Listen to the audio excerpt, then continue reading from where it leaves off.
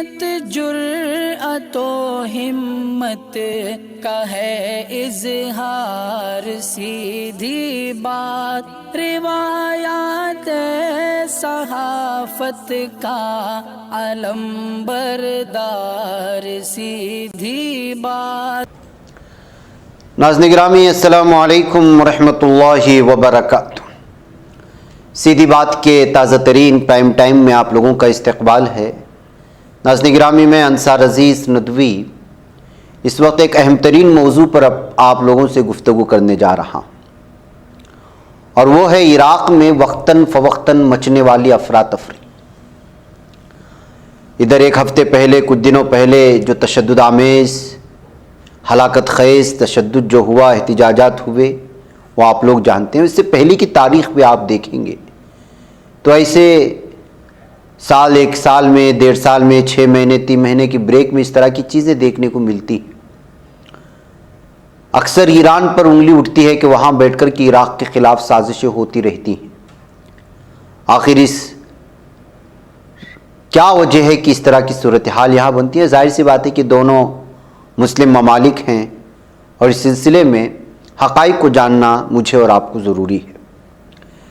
دوران مطالعہ مجھے جناب عبد الرحمن الراشد کا ایک مضمون ملا تو محسوس کیا کہ یہ شاید ان حقائق کے قریب ہو سکتا ہے جو ان کے قلم سے الفاظ نکلے ہیں یا ان کے احساسات قلم بند ہوئے۔ میں انہی تفصیلات کو آپ لوگوں کے سامنے رکھنا چاہتا ہوں۔ اس سے پہلے وہی آپ لوگوں سے اپیل کر لوں گا کہ ضرور اپنے ادارے کو مضبوط کریں، لوگوں تک پھیلانے کی کوشش کریں، زیادہ سے زیادہ عوام کو جوڑنے کی کوشش کریں۔ ناظرین گرامی، عبد الرحمن الراشد کا ماننا ہے اور ان کا لکھنا ہے کہ ماہ اگست کے آخری پیر کے روز سے بغداد میں ہونے والے تصادم نے عراق کے دارالحکومت کو پہلے سے زیادہ خطرناک بنا دیا تھا۔ متحارب سیاسی جماعتوں کے مسلح کارکنوں کا ایک دوسرے کے سامنے آ کھڑے ہونا، لاشوں کا گرنا، یہ سب زیادہ خطرے کی گھنٹیاں ہیں۔ فوج کی سڑکوں پر آمد اور جگہ جگہ سے ناکہ بندی کے باوجود جھڑپوں کے آفٹر شاکس جاری ہیں۔ جیسا کہ جمعہ کے روز بصرہ میں تازہ جھڑپ ہوئی، اس لیے نہیں کہا جا سکتا کہ مستقبل کا منظرنامہ کیا ہوگا جب تنازعات بات چیت کے بجائے سڑکوں پر مسلح لوگ طے کرنے لگیں تو یقیناً تنازعات کا حل نہیں نکلتا بلکہ بگاڑ بڑھتا ہے۔ اس بگڑتی ہوئی صورتحال کا بنیادی اور اہم سبب عام انتخابات کے بعد 10 ماہ گزرنے کے باوجود حکومتی تشکیل نہ ہو سکنا ہونا۔ اس سلسلے میں ریاست کی بے بسی ریاست کو ناکام ریاست کی شناخت دینے کا باعث بن سکتی ہے، خصوصاً جب تک حکومت سازی کے لیے کوئی معاہدہ نہ ہو جائے۔ عراق میں حریفانہ سیاسی کشمکش کو ایک بیرونی فریق بھی شعوری طور پر ناکامی اور انتشار کی جانب دھکیل رہا ہے۔ یہ ملک ہر صورت میں عراق میں اپنا کردار اہم دیکھنا چاہتا ہے، خواہ اس کے لیے عراق کو کتنے ہی انتشار میں دھکیلنا پڑے۔ لہٰذا جہاں عراق کے اندرونی مسائل کا تدارک لازمی ہے، اس بیرونی عنصر سے نجات بھی عراق کے لیے انتہائی ضروری ہے۔ بغداد کے گرین زون میں متحارب گروہوں کے درمیان تصادم کے علاوہ برطانیہ اور آسٹریلیا کی سفارتی گاڑیاں بھی دھماکوں کا نشانہ بنی۔ حالیہ واقعات سے الگ مگر امریکی سفارت خانے بھی اسی طرح کے واقعات کا نشانہ بنایا جا چکا ہے۔ اسی طرح عراقی کردستانی علاقے کے علاوہ بندرگاہ ام قصر پر بھی ایرانی گولہ باری ہو چکی ہے تاکہ عراقی تیل کی برآمد نہ ہو سکے۔ اس لیے یہ جاننے یا سمجھنے کے لیے قطعاً کسی گہرے غور و فکر کی ضرورت نہیں ہے کہ عراق کو اس انتشار اور عدم استحکام کی طرف دھکیلنے والا یہ فریق ایران ہے۔ یہ بھی حقیقت ہے کہ عراق سے امریکہ کے نکلنے کے بعد ایران ہی سب سے زیادہ بااثر ملک ہے۔ اس کے مقابلے میں امریکہ کی حیثیت یہ ہے کہ اس کے فوجیوں کی تعداد ایک زمانے میں عراق کے اندر 1,70,000 تھی، اب صرف 2,000 رہ گئی ہے۔ یہ بھی ایران ہے جس پر عراقی ہتھیاروں پر قبضے کی کوشش کرنے کا الزام لگ چکا ہے، تاہم اس کی ان کوششوں کو ناکام بنایا جا چکا ہے۔ حتیٰ کہ ایران عراقی پارلیمانی اور سیاسی اداروں میں بھی اپنے پراکسیز کو متحرک کر چکا ہے۔ ایران ایک جانب فوجی شعبے میں اپنے پراکسیز پر یقین رکھتا ہے، وہی سیاسی اعتبار سے بھی وہ اپنے حامیوں کو اپنے پراکسی بنا کر استعمال کی سوچ میں غلطہ رکھتا ہے۔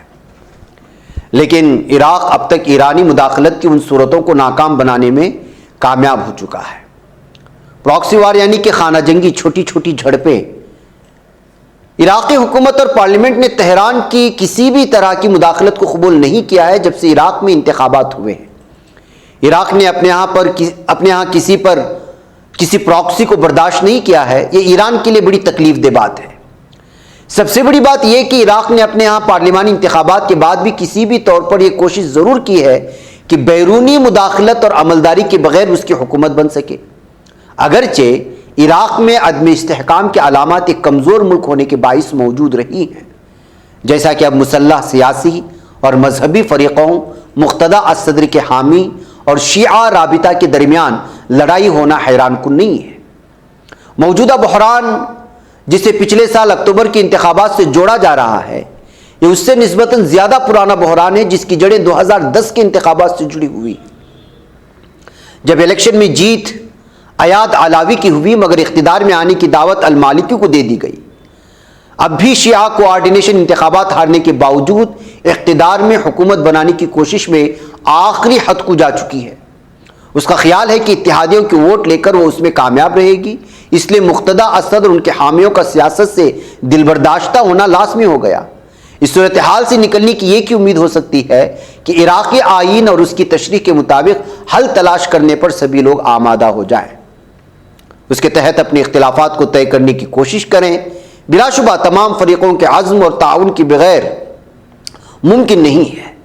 اس حالیہ بحران کو دیکھتے ہوئے ایک بار پھر صدام حسین کی کویت پر حملے کی غلطی یاد آ رہی ہے۔ کویت پر حملہ عراق پر آنے والے اب تک کے تمام بحرانوں کی بنیاد بنا، جس کے بعد عراق پر امریکی حملہ ہوا اور صورتحال آج بھی سنبھل نہیں سکی۔ عراق کے سیاسی بحران کی احاطہ کیا جائے تو اس کی جڑیں ماضی قریب میں کم از کم 10 سال پیچھے تک ضرور جاتی ہیں۔ اس وقت بھی ملک میں سیاسی خلا تھا، آج بھی ملک میں سیاسی خلا ہے جو اس وقت تھا۔ یہ سیاسی خلا ملک کو نئی جنگ کی طرف دھکیل سکتا ہے اور ناکام ریاست بنانے میں اہم کردار ادا کر سکتا ہے۔ یقیناً اس سارے کھیل میں بیرونی عنصر غیر متعلق نہیں ہے، لیکن ایک متحرک کردار کے طور پر کئی محاذوں پر موجود ہے جو پورے عراق کو برباد کرنے پر تلا ہوا ہے، اور سب سے بڑا جو الزام لگتا ہے وہ ایران اور اس کی پراکسی وار پر ہے۔ جی ہاں ناظرین گرامی، تمام چیزوں کو سمجھنا بہت ضروری ہے۔ مجھے اجازت دیں۔ السلام علیکم ورحمۃ اللہ وبرکاتہ۔ بچ پاتا ہے کوئی صحافی کی نگاہوں سے، ملاتا ہے یہ لوگوں کو محبت کی پناہوں سے، کرم اور درد مندی کا ہے ایک سنسار سیدھی بات، عزیمت جرأت و ہمت کا ہے اظہار سیدھی بات، عزیمت جرأت و ہمت کا ہے اظہار سیدھی بات۔ یہ چینل حق نگر بن کر کچل دیتا ہے فتنوں کو۔